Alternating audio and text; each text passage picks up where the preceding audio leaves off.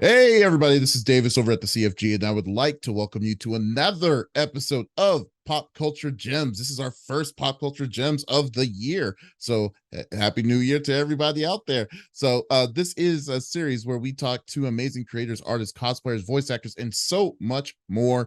If you like the interviews we do with terrific guests, give us a thumbs up and subscribe to our YouTube channel, the CFG channel, or you can either go to our main website, confreaksgeeks.com, to not miss an episode. Today, I am with a wonderful singer, actress, and voice actor in the anime slash acting world. She has done several different voices in several different animes that everyone loves, like Yukimi Tokakashi in Kaguri Twins, Ikitosen, what's her name? Uncho. That was right, Uncho Keifu. I can never pronounce her name right, and I'm pretty sure I butchered it this time around. But she was in Ikitosen, as well as Rindo Kobayashi in Food Wars. I would like to welcome Morgan Berry to the show. How are you doing, Morgan? Hi, I'm good and I'm happy to be here. Good. I'm glad that we were able to talk. So it's really cool, cool and very and welcome. Thank Uh you. yeah, so let's just get into it. So what is your story? Like what made you want to become a voice actor? I love acting. I've loved acting since I think middle school, really. When I got involved in theater, my school's theater department. I I've always loved anime as well, since I was a kid. And to combine the two is pretty magical, you know? I didn't grow up wanting to be a voice actor specifically Mhm. because I didn't know it was a thing. I didn't grow up realizing that the voices behind my favorite cartoons are actors. I didn't really put two and two together until maybe high school, honestly. Mhm. Um, but I was reaching a transition in my life, and I was planning on leaving my job as a performing arts teacher at a really toxic company. and and there I was just scrolling through Facebook, and Todd Habercorn posted that he was having a convention and there was going to be a voiceover competition at that convention. And the prize, if you won that competition, was an audition at Funimation. And yeah, I was like, huh, maybe that's my calling. I'll give it a try. Cause it really kind of hit me in that moment. I was like, huh. Well, I love acting. I'm an actor. I did a lot of on stage acting, a little bit of on camera. And I was like, huh. I think that was the moment that I realized, oh, this is a thing that could possibly be something I could do. I'm going to try my hand at it. So I went to the convention. I met Todd, and I competed and I won. And Wow. uh, I remember when they called my name, I was like, me? Like, are you sure? Well, But that was really cool. And that's how I got connected to Funimation. And it was my first voiceover gig ever. so First voiceover. your foot in the door was initially that competition itself, like, and it Yeah. just opened the door for the in the world of voice acting, just Yes, because overall. Wow. I had never had any voiceover training or like I was an actor, so I had the basics, but I had never had voiceover specific training, never had a voiceover gig before, never had a voiceover audition before. I was starting from scratch, but Mhm. everyone, at Funimation is so understanding and patient. It was a great place for me to start my career, and the people there are great. And Mhm. yeah, that's how it all started, a Well, competition. what year was that? Like, how long ago was that? No, That was, I believe, November 30th, 2013. wow, that is impressive. That is very impressive. Like, I've heard so many different stories of where you come, like when you come from, and like how what led to it. But to say like that, the way that you went, that's pretty original, I will say. That's very original. I owe a lot to Todd. Oh yeah. And I mean, and like you said earlier, you are originally had a theater background before getting into voice acting itself. Like how was the transition from being a stage actor to getting behind the mic and acting that way? Well, I mean, it's definitely a different environment. It's just For anime in particular, it's just one person at a time, usually when it's a named role. So there's no actors to feed their off that energy. There's no one to work with in the booth with you unless it's a Walla session. But for the most part, it's just you in the booth, and then you've got your director and the engineer, sometimes the client. But there's no costumes, there's no lights, you know. So it's definitely a different environment.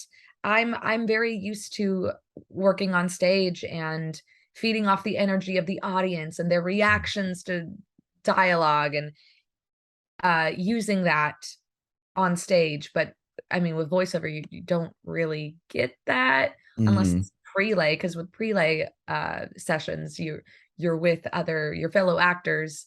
But for anime, it's typically just you. So there is that difference. Yeah.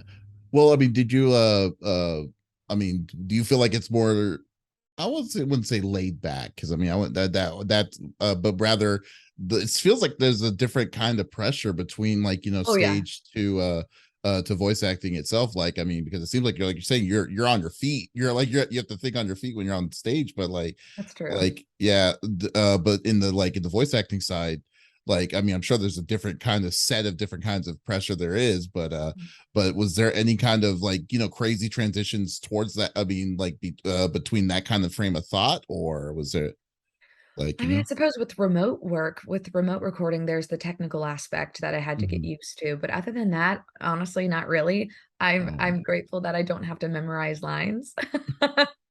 Oh, that's uh, something. Although, I mean, if it was performance capture, I would have to memorize, but I don't have a lot of that coming my way right now. So I right. don't really, I mean, the script is right in front of me. So, and I admittedly, I think one of the hurdles at the start was cold reading something for the first time and stumbling on it, is definitely common. But the more I did it, the more work I booked, the better I got at it. So I'm a far better reader out loud, I guess, now. Yeah, yeah, I bet. I definitely bet. And excuse me. And what were some of, like, you said you liked, like, anime and stuff growing up. Like, what were some of your favorite anime series growing up that you, like, remember watching? Like, what, anything that inspired you or anything like that? I was obsessed with Pokemon. Obsessed. Absolutely obsessed. It was my first obsession ever. Oh, Like, wow. it Like the was. original, like the original Pokemon series, or oh Yeah. my gosh. Oh my Yeah. god. And then of course there's also Digimon and Yu-Gi-Oh! The Mhm. stuff that you could get without cable. That was, This yeah. the stuff that's in the WB mornings on Saturday Yes, that was mornings. it. Yeah. I know exactly what you're talking Yeah. about. Yeah, the one at Yep, like eight WB or nine Kids. o'clock in the morning. Yeah. Yes. Oh man. What was your did you have any, like, a favorite Pokemon, anything like that? Like what got you, like, what made you so obsessed in Pokemon? I don't know. I just thought it was cool. It It's a just cool clicked. concept. Yeah, I always loved Eevee, and all those evolutions are so cool. Um, but I think nowadays I'd say, I mean, Eevee's great, but I love Phantom.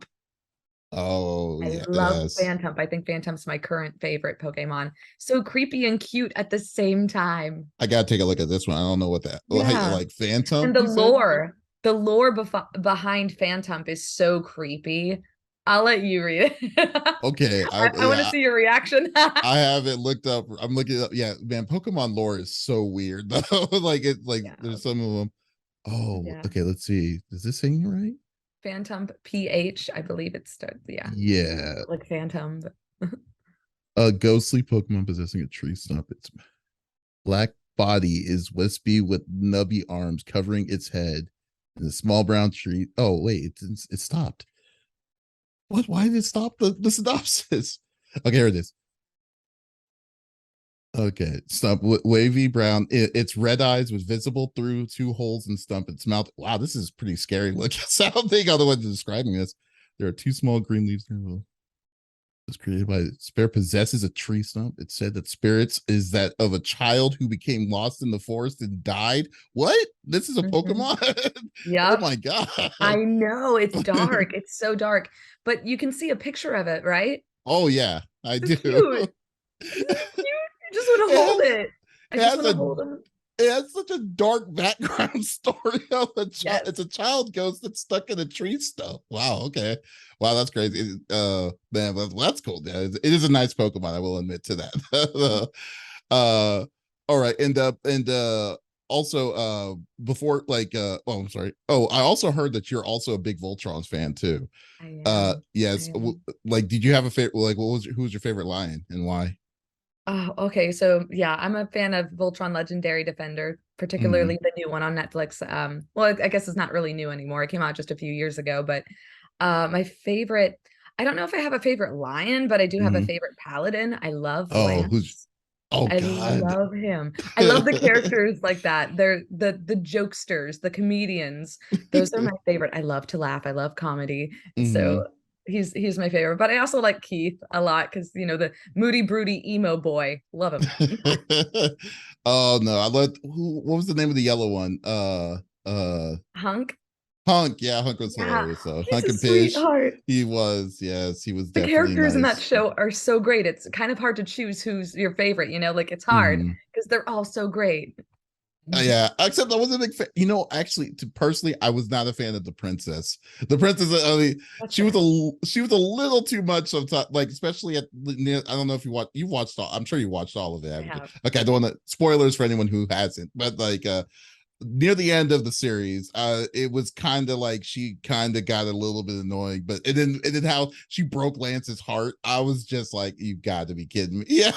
I'm still so mad. I am still so mad, but here's the thing, I don't ship them. I Uh-huh. don't. She never showed any interest in him in that way. And then they were canon by the end. I Yeah. was like, what? And then, of course, that happened. Hmm. I don't want to Yeah. say too much. And I was like, what? I, Yeah. I'm still not gonna lie, I'm still really mad by the ending. It felt incredibly forced. Like, you're right. Like, there was absolutely, like, she was quite clear initially, like a long time ago, like prior to the series, that that's not where she was at. That's where what she was doing. That's her focus was something where it was more bigger, more important. Yep. And then all of a sudden, and then the last series, it was like, oh, okay. It's like, oh, now I can start. Now it starts. I might be having some sort of feelings for him, but yeah, no. But I don't Princess is even think still she I don't even think I didn't really sense any feelings even at the end of it all. But you know no. who I did sense had some feelings? Oh, who? The sunset scene. Oh my god. Come on. Okay. There was that sunset scene. Come on. Clance should have been canon. Let's be real.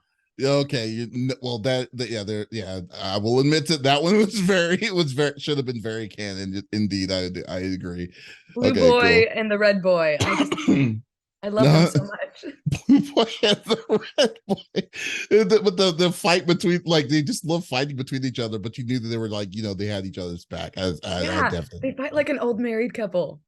already for like years. I mean, for seasons. So you're Mhm. right. They Oh, probably but then that's they gain an understanding of each other by the end of it. And I'm like,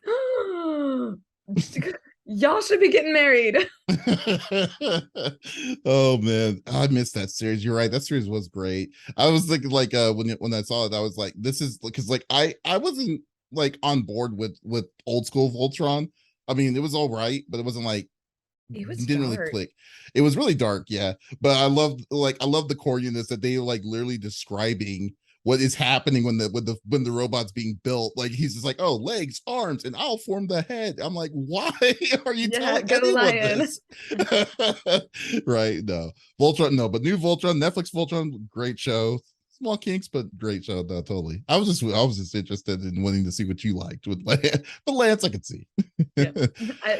He's so bubbly and funny and yeah, I love that. Hmm. I love that kind of like I tend to really like characters like that. Like I have a new obsession now. I started watching Rise of the Teenage Mutant Ninja Turtles and it's on Hmm. Netflix. I don't think all of the episodes are on Netflix, but most of them are. Uh-huh. Uh I love Leo. I love him so much. Like in But is it every kind of other weird though? Like, is it weird to not see him as a leader though in that one? Because like, isn't how Raphael the much have leader you in that one? seen? Have you I've seen the only movie? I've not seen the movie. I've Gotta watch only the movie. seen yeah. Watch the movie. I should watch the movie. Watch the Okay, movie. It's on Netflix. okay, okay. Yeah, I've only seen like 2 or 3 episodes of it because my friend was the storyboard writer of it, Nice. and I was like, oh, this is weird to see. Like this is too much. I'm so It used makes to sense though when turtles. you watch it. It's great. Oh, I love it. I'm obsessed. I love it so much. And this Leo in particular is so different from every other TMNT Mhm. iteration of him. I love him. He's so funny. And just oh He God, I actually love has characters like he that. actually has a personality more than being like a leader of the team, like or like is he actually is he a little bit like not as serious as what he normally is, or Oh my gosh, he's the opposite, really. He is wow. the jokester. He the comedic relief, the one who always makes puns, and I'm like, yes, I love it. Over Michelangelo, like is he Oh my gosh, that's the funny thing though. I've never really been a TMNT person, but I've Mhm, seen, before I had seen a few episodes, I guess here and there. And Mikey was my favorite whenever I watched it, the few times that I did, because he mhm. was the funny one. And Yes. but with Rise, Leo's the funniest in my opinion. Well, I also love Donnie. I love how they wrote Yes. Donnie. I, I think they're my two favorite. Leo and Donnie are yes. I need to put that on that. You said it's on Netflix now? Like is the whole Yeah. series on Netflix or is it just the movie? Uh most of the episodes are on Netflix. Although Okay. if you want to watch them in order, you can, in a certain order, Uh-huh. in an order that makes more sense. You definitely have to look up the Wikipedia and watch them in that order. But Wow. some of the episodes have like two episodes within the, so you have to like fast forward to certain episodes. It's a What? little hard to Oh watch on wow. Netflix. I Oh, mean, okay. really, but at the same time, some of the episodes, there's like maybe 3 or 4 episodes that I couldn't find on Netflix for some reason, but you can find Mhm. them on like the website Nicktoons. I don't know. I ended up, because Okay. of that, I ended up buying all of the seasons on Apple TV just so I Oh could my have all of it. goodness. You I'm must obsessed, you okay? you're hooked on it. I'm Okay. hooked. Well, I'm very hooked. all But right. Well, yeah. if you say no, if you're saying I should definitely should I watch the movie first or is the movie gonna would the movie Movies spoil after. it Watch the movie after. after the whole series? Okay. I'll Yep. definitely okay. Well, if you're saying it's good, and it's especially because like you're Oh, it's I did so not good. oh man, like that would be I would like to see the way how the turtles how I mean it's really different. I'm OG. I'm from the original, the original 88 turtles and stuff. So just to say, oh, we're gonna switch it up with Raph being the leader and all this stuff. I'm like, this isn't the turtles. This isn't turtles at all. But Oh, I'll it's trust me. I know a lot of the TMNT fandom was thinking the same thing at first. They're like, "Oh, there's Mhm. no, nothing's going to be, 2012 or nothing's going to be, previous yeah, but trust me, it's really good. It's so well written and the animation, the fight scenes are glorious. Oh my gosh, it's beautiful. Wow. Okay. All right. I'll take your word on that, Morgan. Morgan Berry. I was like, hey, Morgan Berry told me about check the series out. I will check the series out and see Everyone should how check the that series out. We need a season 3, please. I really want it. is. All right. And I heard that you're oh no, I already said that. Oh yeah. Before getting into like voice acting itself too, did you also attend like any like anime cons or any places like that you like to enjoy? Yes, yes, I love conventions. I Oh love them yes. so much. They're fun. My first convention was, oh my gosh, I think it was in August 2013. It was Anime Mhm, Fest, and I went with my friends, and it was my first time going to anime convention ever, any mhm. kind of convention really. It was magical. It was a magical experience, and I thought to myself, "Oh my gosh, this is where I belong. These are my people." And it set the tone for the rest of my life. So I Oh love wow. conventions. I love seeing people's cosplays. I love going shopping in the exhibit hall and finding dorky things. Like I just love it. Getting figures and stuff. I love it. That's my life. Well, did you wait, you said 2013. Was that this is a different convention from the one that you went to for Todd's convention? Yep, Okay. different convention. Yeah. If you like, do you have like I won't say like, like as a get not as a guest of the show, but rather like just as just a normal person going to a convention, like what's your favorite one that you have experienced that you would say is one of your favorites that you've been to? I know it's kind of hard to say, but like I've been to so many, so many. I know that's what like. Is like there any over like a a one? hundred. Oh I've God. I've been to a lot. Um, okay, well, I Okay, guess how about not say your favorite? Let's just say up there. Let's say like memorable conventions, so to be a little bit more okay, loosely about it. Yeah. yeah. So there's Animazement was really great. They treated us so well. And Hmm. there's also Colossal Con. Oh yeah. I love the people who run Colossal Con. Uh, and oh my gosh, it's a party con. So Yes, it if you want is. to go to the swimming pools, go to the hot tubs with a drink in hand, Colossal Con is the place. It's Do a they lot of still have the fun. petting? Do they still do the petting zoo? The what? Because the petting zoo, they used to do a petting zoo over there. What? Yeah, I yeah, I've never seen a petting zoo there. yeah. They used to like this was like in I want to say 2015 or so. Like they used to have a zoo where they allowed you to pet like tigers and like cubs, like baby cubs and stuff like that. Like at that I convention. guess I think the first time I guessed it there might have been 2017 maybe. Hmm. 2016 or 17, one of those. So I don't know. I don't think I've ever. Wow, that's cool. Yeah, yeah, yeah. I think people kind of rose some like stink about it though, but yeah, because they used to do petting. I do remember petting zoo because like a long time ago, but that's Yeah. cool. No, yeah, I've never been to that one. I wanted to, but but yeah, that's cool.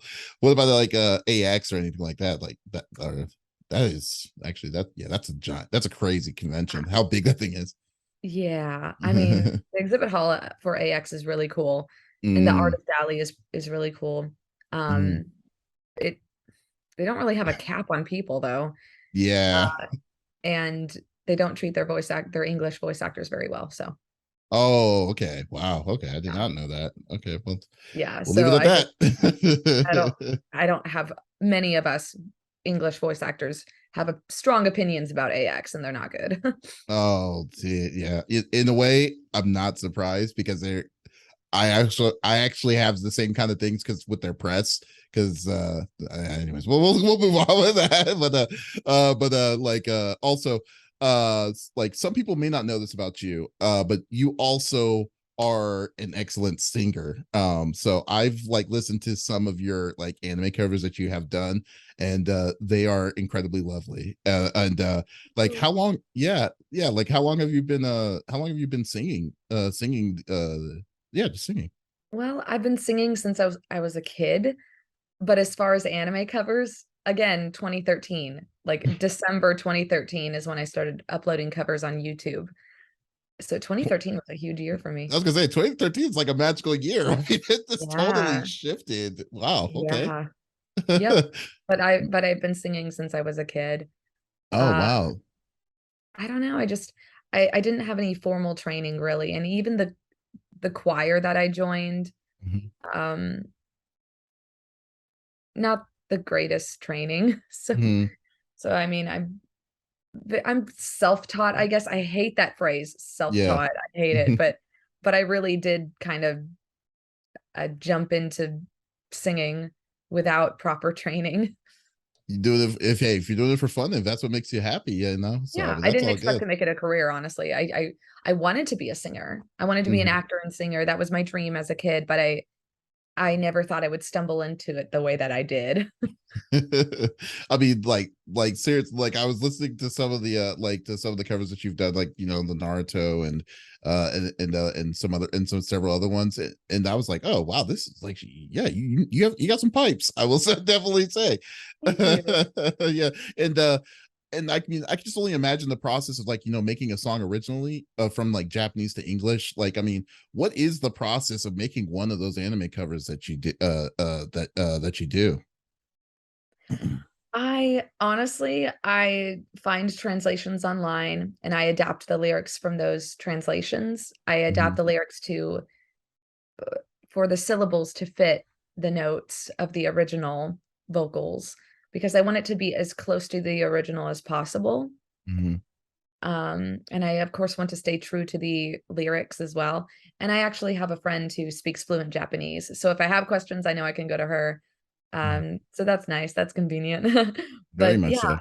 that's I think that's honestly the hardest part, is the adapting of the lyrics. But I'm picky. I don't want to hire anyone to do it because I'm picky and I'm proud of the lyrics I've come up with. So proud of them, especially my cover of Diver.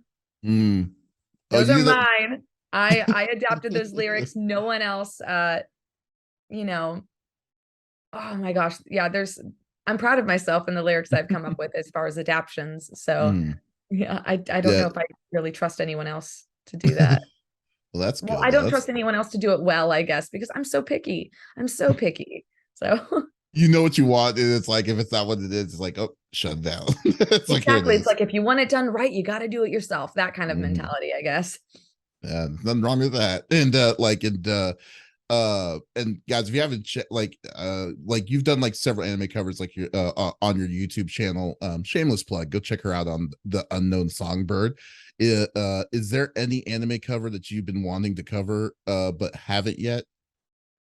Ooh, I actually have a few instrumentals that and I don't want to give it away because I'd rather Mhm. it be a surprise, but I do have a few instrumentals that I've been holding on to for a few years now. Mhm.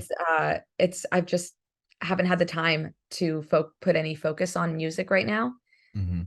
because I'm pursuing voiceover and directing uh and all that. And so I haven't really had the time to put my focus on music in a while, but eventually I will, and you'll see. Yeah. Well, there's two songs. I would like to suggest two different songs that may not be on your radar, or maybe, I don't know. But there's like, I was thinking with your voice, I was thinking like there's this one song from Rurouni Kenshin a long time ago called Freckles. It's a really good, it's a like I was like that would compliment very, and I think you would love the song too. It's a great song. I'll check And it then out. there's another one called from Azumangadayo called Raspberry Heaven. It was an ending one that had I think it was an outro that I was like, imagine that. I think you would knock that one out the park too if you ever get a You. chance to.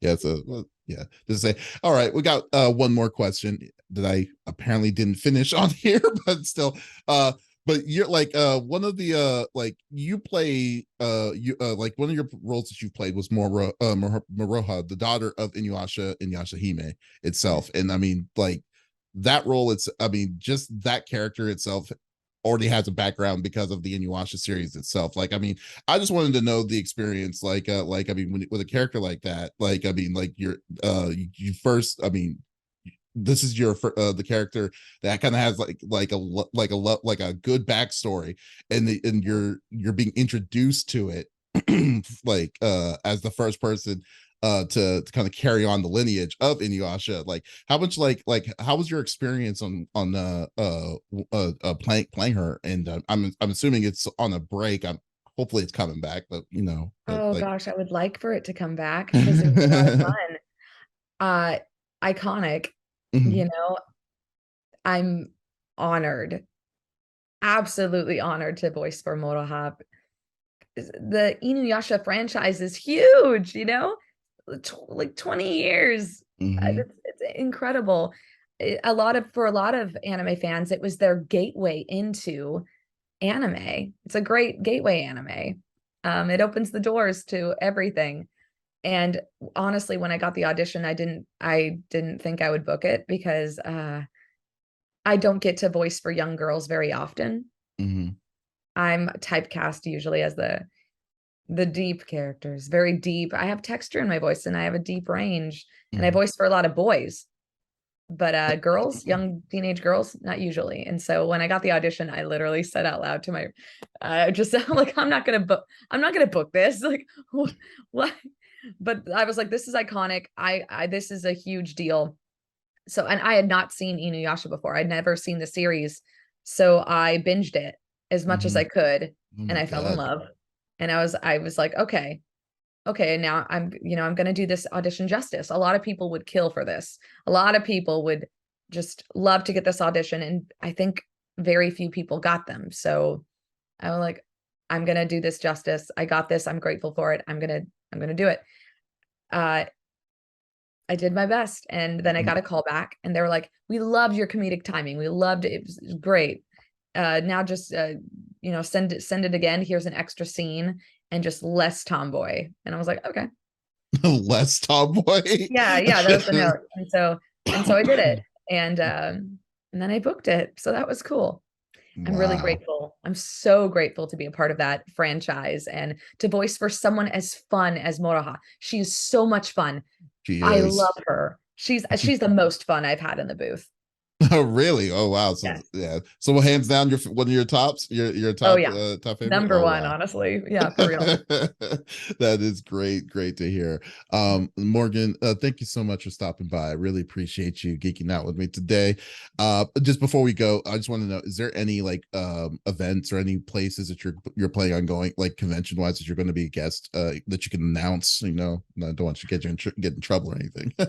No, it's okay. I have a list, but I'd rather people stay informed on my Twitter and Okay. just stay updated because I will be posting a full list soon. Mhm. And I frequently update my website as well. If you go to themorganberry.com and go to events, there should be a link there that'll send you to a list of conventions that I'm going to. And Oh, yeah, okay. and feel free to follow up with me on Twitter at the Morgan Berry. Perfect. It's serious when you have the V in front of your name. I thought it worked both ways, the Morganberry, the Morganberry. Oh, so great. But Morgan Berry, thank you so much for stopping by. And as always, guys, if you love these interviews that we like to do with awesome guests like Morgan Berry, you can also check us out on our main website, confreaksgeeks.com, to check out the full library of all the other all the other previous episodes that we've done, or we are on all podcast services. So once again, this is Davis signing out. Y'all, take it easy.